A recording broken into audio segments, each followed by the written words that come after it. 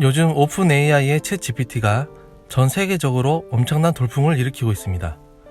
오픈 AI는 테슬라와 스페이스X의 설립자로 유명한 일론 머스크와 샘 알트만 등이 공동 설립을 했는데요. 19년 7월 마이크로소프트에서 1조 2600억 원의 투자를 받았고 23년 1월에는 추가로 12조 6천억 원을 투자할 계획이라고 발표해 큰 화제를 모았습니다.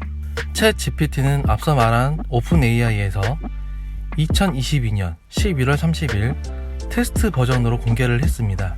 우리나라의 심심이나 이루다와 같은 챗봇이라고 생각하시면 되는데요. 그런데 이 챗봇이 공개되면서 구글에 엄청난 위협이 될 거라는 언론 기사가 나왔습니다. 챗 GPT가 구글의 검색 엔진을 대체할 것이라고 말이죠. 구글의 검색 엔진은 검색창에 키워드를 치면 필요한 정보가 있을지 없을지 모르는 링크를 한 번 더 타고 들어가 필요한 정보를 직접 찾아내야 합니다. 하지만 챗 GPT는 내가 원하는 정보를 대화형으로 질문하면 바로 찾아서 답해주는 형식이기 때문에 매우 간편하죠. 게다가 챗 GPT는 공개 5일 만에 100만 명 사용자라는 성과를 달성했는데요.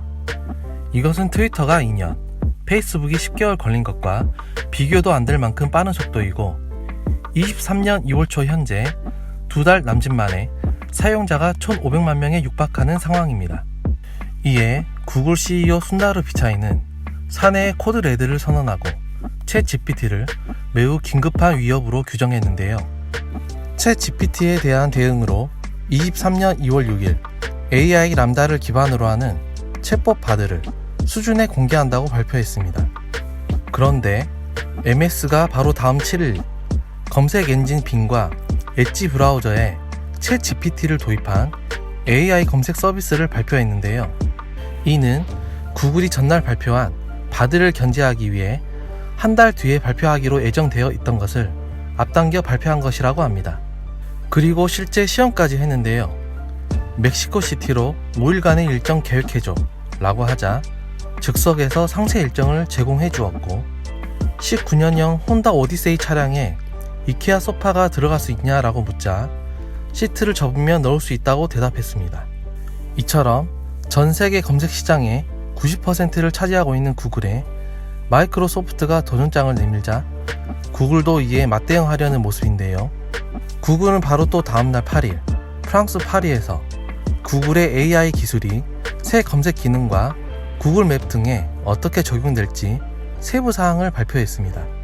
AI 기반 검색 시장의 주도권을 차지하기 위해 두 회사가 엄청난 신경전을 벌이고 있는 가운데 MS에서는 AI 기반 검색 엔진이 향후 자사의 새로운 성장 동력이 될 거라 기대하고 있는 만큼 AI 검색 시장에서 두 회사의 격돌은 피할 수 없어 보입니다.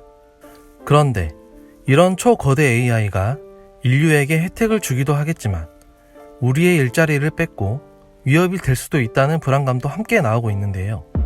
챗 GPT는 법률, 코딩, 장문도 등의 변호사나 프로그래머, 개발자는 물론 기자나 작가 등을 대체할 수 있고 그림이나 작곡 등 창의력을 요구하는 직업도 대체할 수 있다는 것입니다.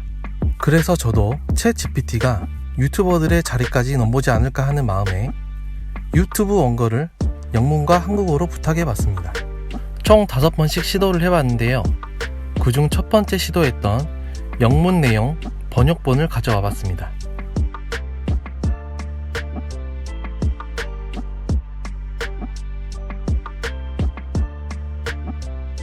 여러분 어떠신가요? 저는 첫 번째 시도만에 정말 놀랐는데요. 긴 문장을 완성시키는데 어색함을 찾아보기 힘들었고 글의 구성도 매우 매끄러웠습니다. 챗 GPT의 영문으로 총 5번 요청해봤는데요. 평균 1200자 내외로 원고를 써주었습니다. 하지만 5번까지 재검색을 해보고 조금 안심이 되었습니다. 그 이유는 뉘앙스만 조금 다를 뿐 내용은 다 비슷했기 때문이었습니다. 게다가 한국어는 학습된 데이터가 많지 않은지 저의 5번의 요청에 평균 150자 내외로 거의 똑같은 내용을 써주었습니다. 아직은 인간을 대체하기엔 부족하다는 느낌이 들었는데요. 하지만 아직도 안심하긴 이릅니다. 최근 사이버 공격자들이 챗 GPT를 이용해 변형된 멀웨어를 실험하거나 공격 툴을 제작하기도 하여 많은 우려가 있었는데요. 다행히 아직은 그 수준이 낮다고 하여 안심이지만 악의적인 사용자에게도 편리함을 제공할 수 있다는 것은 매우 우려되는 사실입니다. 하지만 오픈 AI나 구글의 딥마인드 등 인공지능 회사들은 AI가 악용될 수 있다는 사실을 이미 알고 있고 분명 지금의 백신 프로그램과 같은 대비책을 세울 것이기에 인류와 인공지능이 조화롭게 공존하는 미래를 만들어 나갈 것이라 생각해 봅니다.